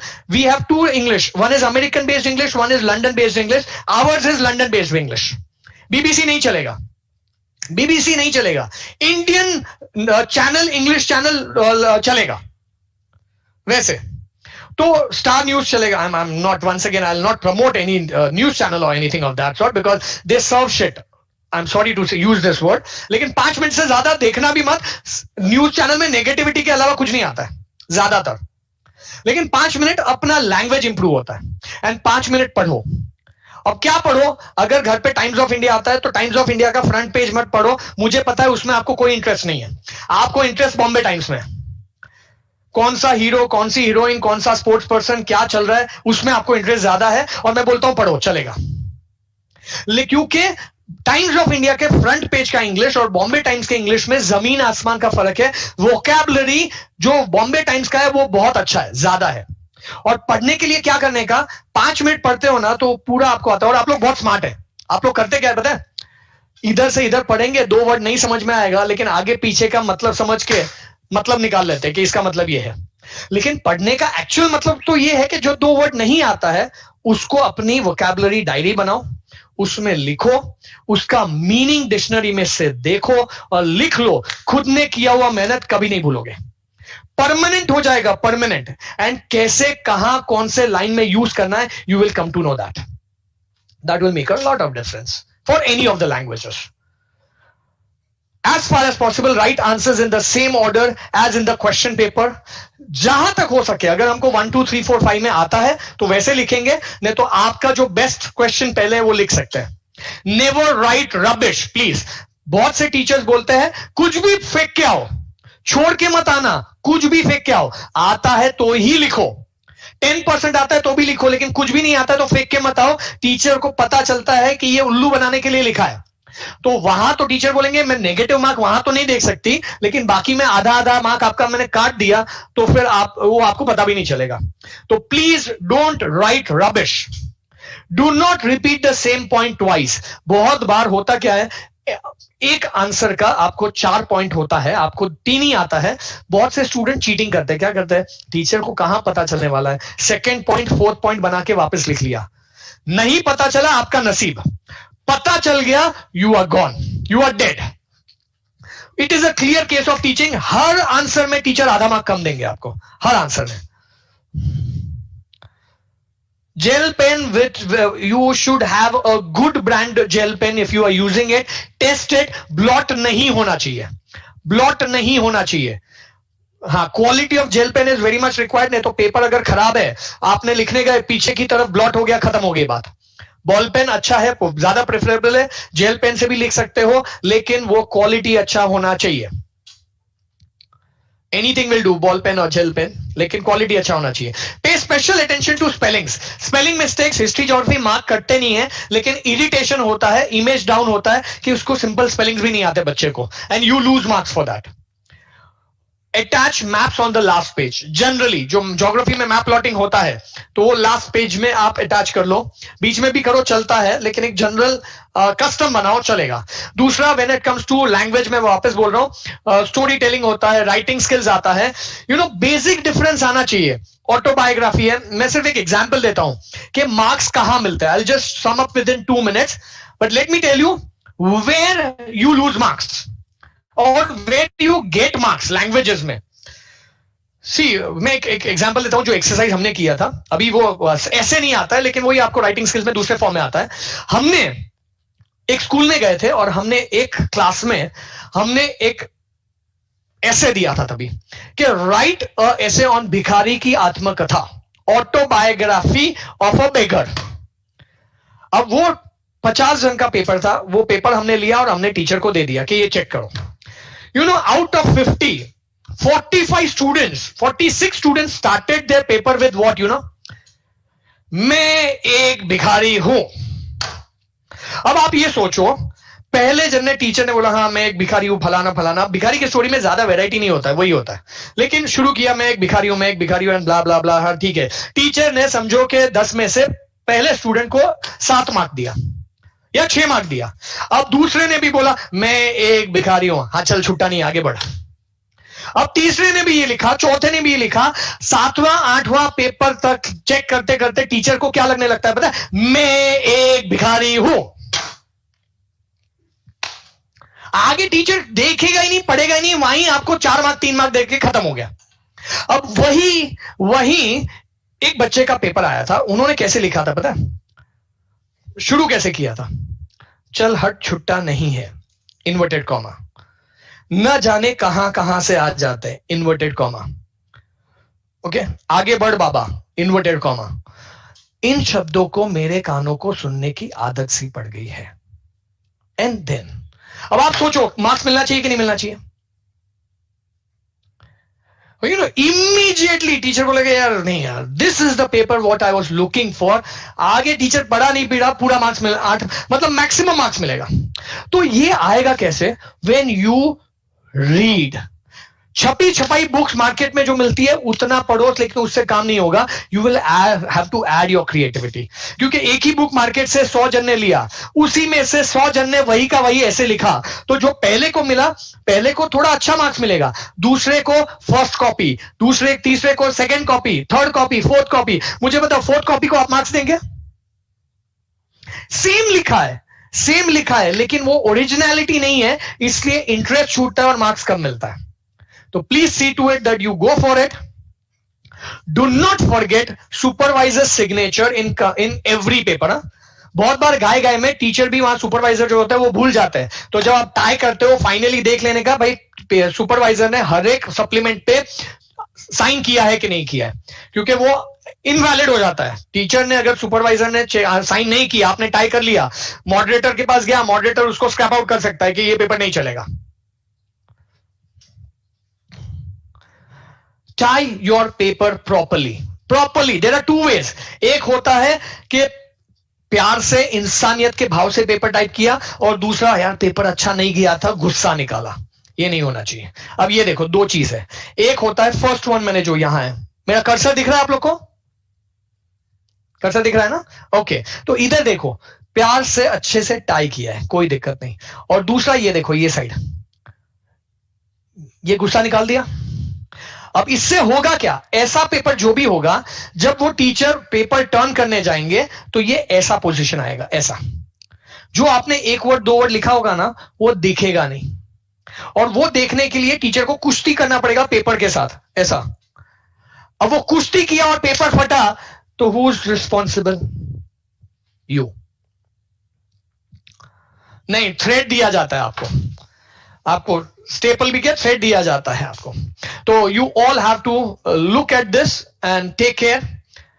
So this is what exactly is about paper presentation. Start practicing from here onwards. For in whatever standard you are, you get, if you want to achieve, आपको इस जो भी irrespective जो भी percentage आपके आते हैं, यहां से paper presentation can fetch you 7 to 8 marks percentage extra. जिसमें पढ़ाई एक्स्ट्रा नहीं करनी है, थोड़ा ये ध्यान रख लिया, 7 से 8% बढ़ते हैं। और जो भी स्टूडेंट 90 अबव का एस्पायर करते हैं, प्रेजेंटेशन के बिना भूल जाओ, नहीं आते। सिर्फ मैटर से आप 88 89 पे पहुंचोगे, प्रेजेंटेशन के साथ 90 क्रॉस डेफिनेट हो जाओगे। So this is what you need to take care. Okay, it was nice. You were a really nice and great audience. God bless you. Keep learning, keep growing, keep moving ahead in life. And now I am handing it over to Samir sir. He would like to address you all. Over to you, Samir sir. God bless you all.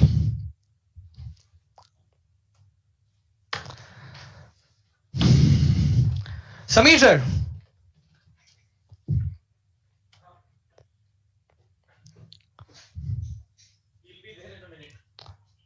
Okay, now any questions from your side? You can just write it down. Think twice before cancelling it. जैसे ही दिमाग में आया कि ये गलत है, तो तुरंत ऐसे कैंसिल मत कर लो। If ink is spread on the paper, so how to overcome? No chance. वो आपका गया, तो ध्यान रखना है। इसीलिए बोलता हूं कि भाई वाटर प्रूफ इंक लेना चाहिए। वो बहुत बार क्या होता है, टीचर की आदत होती है पेपर चेक करते करते चाय कॉफी पी लेते हैं। अब वो पीते पीते कुछ बूंद गिर गई या चाय गिर गया, तो हम नुकसान में नहीं रहने चाहिए। I'm good at essay. Can you tell me what should I choose after 10th? That is not only the criteria to decide your career. Lots of things goes into it, and we are definitely going to help you in that. But in the month of November and December, we'll be coming for that. And some important messages are there. Just hold for a minute. Sir, please let me know what. Ram, I am it just skipped. The chats have gone. Many teachers tell us that it's compulsory to write with ball pen. Ball pen is the first preference. सी वो avoid करने को क्यों बोलते हैं, अगर आपने gel pen सही नहीं ले लिया, तो अगर इंक स्प्रेड आउट हो गया, ब्लॉट हो गया, तो आप नुकसान में रहेंगे। Sir I am writing with Montex Megatop. अरे यार, मैंने ऐसा सब चेक नहीं किया है। And why? मैंने ऐसा चेक नहीं किया यार, मैंने मार्केट से 10 पेन नहीं उठाया है, तो वो आपको चेक करना है। Sir, if we cancel anything in on a paper, it is necessary to take signature. Yes, if you are cancelling, एक या दो स्ट्रोक होगा चलेगा, आपको सुपरवाइजर का सिग्नेचर नहीं लेना है। लेकिन if you are cancelling the whole page or the whole answer, आपको सुपरवाइजर का सिग्नेचर ले लेने का है। How to grow writing speed? Writing speed तो मैंने जैसे बोला ना, आप डेली आधा आधा पेज लिखो। एंड हाँ, और एक चीज बहुत इंपॉर्टेंट रह गई है, your target of completing a particular question should not be more than the double the minutes. अगर 1 मार्क का क्वेश्चन है तो 2 मार्क में होना चाहिए, 2 मिनट में होना चाहिए। अगर 2 मार्क का क्वेश्चन है, 4 मिनट से ऊपर नहीं होना चाहिए। 4 मार्क का क्वेश्चन है तो 8 मिनट से ऊपर नहीं लगना चाहिए। 8 मिनट से ऊपर मतलब that is the time allocation. Double the marks, minute should be double the marks. उससे ज्यादा अगर होता है तब भी वो सम उधर छोड़ दो, आंसर उधर छोड़ दो, थोड़ा लाइन छोड़ के, हाँ 2-3 लाइन ही बाकी है तो कर लो। लेकिन स्पेशली मैथ्स में होता है, मैथ्स में अगर आपने कोई चैलेंजिंग क्वेश्चन ले लिया, 4 मार्क का क्वेश्चन है, आपका 8 मिनट से ज्यादा हो रहा है and you are not able to crack it, leave it, page छोड़ो, leave it and then go to the next question. Complete होने के बाद उधर आओ, नहीं तो बहुत सारा टाइम उसी में लग जाएगा। Sir, if we leave space for extra questions and if we don't write, it's okay. कोई फर्क नहीं पड़ता है। Sir if can we do calculation on right margin? Right में कर सकते हैं? नहीं नहीं नहीं नहीं, that right margin is for cleanliness, उसको क्लीन छोड़ दो। अगर आपको कैलकुलेशन करना है तो और एक लाइन बना के RWC करो। Sir what is known by paper? Daksh, I am not able to know your question. While numbering, if the question number paper, the sub question, and we have to write any three, so is the answer paper, black color pen, blue. See, एक minute, till last year blue, नहीं, last year blue and black were allowed, लेकिन you will have to check it with the current rules. I am not updated right now currently कि ये साल वो blue ही करने वाले, क्योंकि लास्ट ईयर ऐसा बोला गया था कि हम रिस्ट्रिक्ट करेंगे ओनली ब्लू तक, तो वो you will have to wait till November December and check करना पड़ेगा ब्लू एंड ब्लैक चलता है कि ओनली ब्लू चलता है। Sir can we write cursive in board? Yes you can, it should be readable please. Sir while speaking we fear in front of teachers to say something, then our impression is down. हाँ, तो इसके लिए practice बिंदास बोल रहे मोदी जी से, यार इतना तो सीखना ही पड़ेगा ना कि बोलना तो आना ही चाहिए। देखो मैं आपको एक चीज बोल रहा हूँ, एक आउट ऑफ द बोर्ड है, बुक है कि भाई Manmohan Singh was considered to be the most knowledgeable prime minister India ever had, but he was not able to connect with people. Because he was not able to have his own stand. He was not able to speak. He was not able to have his own opinion. And Modi ji को knowledge में उतना नहीं है, but he is confident and he is able to speak. He is able to connect. बहुत फर्क पड़ता है। बोलना तो आना ही चाहिए। Sir, if we have to write question 3 in 1 page or 1 sub question on page, नहीं, 1 sub question on 1 page नहीं, मेन क्वेश्चन 1 पेज, फिर new main question on new page. Sir can we write in between 2 lines? एकदम neat है ना, तो नहीं तो वो सब थोड़ा रिस्की हो जाता है। Do we get extra marks for extra sums like elementary? No, you don't get extra marks for extra sums. What is chosen is the best 3. 4 question करने को बोला है और उसमें से आपने चारों किए हैं, लेकिन एक में आपको कम मार्क्स मिला है, 3 में सबसे ज्यादा मार्क्स मिले वो काउंट होते हैं। We have to write page number not required. How to write answers brief in Marathi point wise or while giving answers? It is, sir, I'm here. You can continue. Yes, Samir sir. Okay, fine. We are running short of time. बच्चा लोग, any other queries and you can वो Sameer sir आपसे discuss कर लेंगे। चलो, it was nice talking to you. God bless you all. It was great to be here with Hitesh sir today. Had a wonderful session and a questionnaire attended by Hitesh sir of all you people. Hitesh sir, so nice of you and thank you very much to address the crowd today morning. Spared some time from your busy schedule and address our students and their queries. Wonderful and thank you very much, Hitesh sir. Students, we have been doing this webinar since last 2.5 months now. पिछले 2.5 महीने में हमारा ये 5वां live webinar है और हमने एक से बढ़कर एक स्पीकर को लाके आपके एकेडमिक्स में बूस्ट अप करने के लिए काफी सारे सेशंस हमने लिए।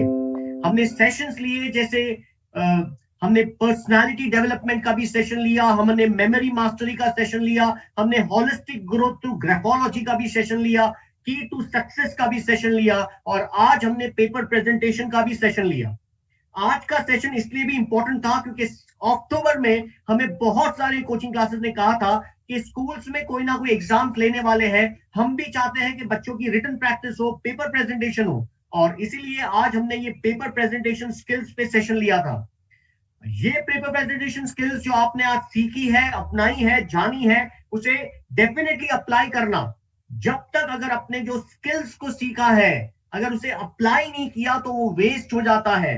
तो ये टाइम का इन्वेस्टमेंट जो आज आपने किया है, मेक श्योर इसे इंप्लीकेशन लेवल पे आप ले जाते हो और अपने मार्क्स को बढ़ाते हो, एग्जामिनर्स को इंप्रेस करते हो, मॉडरेटर्स से मार्क्स चुराते हो, एंड ऑफ द डे आपके रिजल्ट्स बेटर से बेस्ट होते हैं। ये ध्यान रखना है। हमारे सारे वेबिनार इसी तरीके से चलते रहेंगे। अब हम यहाँ से 1 महीने का ब्रेक ले रहे हैं। We are taking a break of 40 days, not even 1 month, but 40 days from here. क्योंकि नेक्स्ट मंथ अक्टूबर में बहुत सारे स्कूल्स के अलग अलग डेट्स पे एग्जाम्स हैं, तो हम सेशंस नहीं लेंगे। सो मैं यहाँ से पार्श्व एडुमेंटर का डायरेक्टर समीर वखारिया, आपको बच्चों को ये कन्वे करने आया हूं कि it was wonderful since last 2.5 months कि आप हमारे साथ रहे और हम सब ने बहुत सारे सेशंस को अटेंड किए। अब नवंबर 2nd वीक से हम फिर शुरुआत करेंगे, फिर धमाके से शुरुआत करेंगे और आगे बढ़ते हुए दिसंबर से हम मॉडरेटर सेशन स्टार्ट करने वाले हैं। आपके 9 सब्जेक्ट्स है, English, Hindi, Marathi, history, geography, science 1, science 2, algebra, geometry, ये सारे के सारे सब्जेक्ट्स के टॉप मॉडरेटर्स फ्रॉम महाराष्ट्र हम लेके आएंगे and everyone will present you कि ये बोर्ड एग्जाम में क्या इंपॉर्टेंस होगा, क्योंकि कहीं सारे सब्जेक्ट में कहीं सारा सिलेबस को ओमिट किया गया है। तो अब पढ़ाई कैसे करनी चाहिए, ध्यान किस पे देना चाहिए और किस तरीके से हमें सारी चीजें best moderators presentation, best paper presentation करके मार्क्स लेने चाहिए। इन सबके साथ हम फिर जुड़ेंगे नवंबर 2nd वीक से। पहला सेशन एक अलग प्रकार का सेशन होगा, एक सरप्राइज सेशन होगा, एक धमाकेदार सेशन होगा और उसके बाद दिसंबर 1st वीक से will start with moderator session. Thank you very much students for being with us. Wonderful wonderful wonderful year आपका जाए, आप अच्छे से अच्छे पढ़ाई करें, अपने आप को एंगेज रखें। This is what we want. There is a poll in front of you. मैं चाहता हूं आज का ये पेपर प्रेजेंटेशन का जो सेशन हुआ है उसको आप प्लीज रेट करें। हितेश सर सेकंड टाइम हमारे साथ थे, उन्होंने आज बहुत अच्छा सेशन लिया है। मैं रिक्वेस्ट कर रहा हूं सारे बच्चों को, I give you 30 seconds, kindly rate this particular session of Hitesh sir.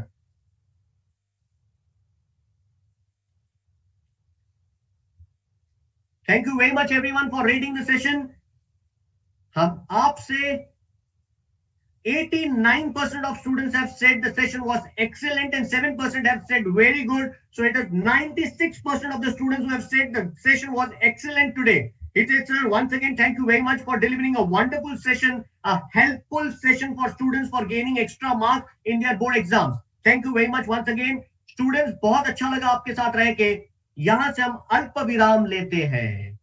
हमने ये कहा है अल्प विराम लेंगे, पूर्ण विराम नहीं लेंगे। हम आपको अलविदा नहीं कहते हैं, पर छोटा सा गुड बाय कह रहे हैं और फिर मिलेंगे 2nd वीक ऑफ नवंबर में आपके साथ, फिर जुड़ेंगे और फिर आगे बढ़ेंगे। Thank you very much. Keep believing in yourself and make sure you fly high high high and touch the sky in your life. Thank you very much.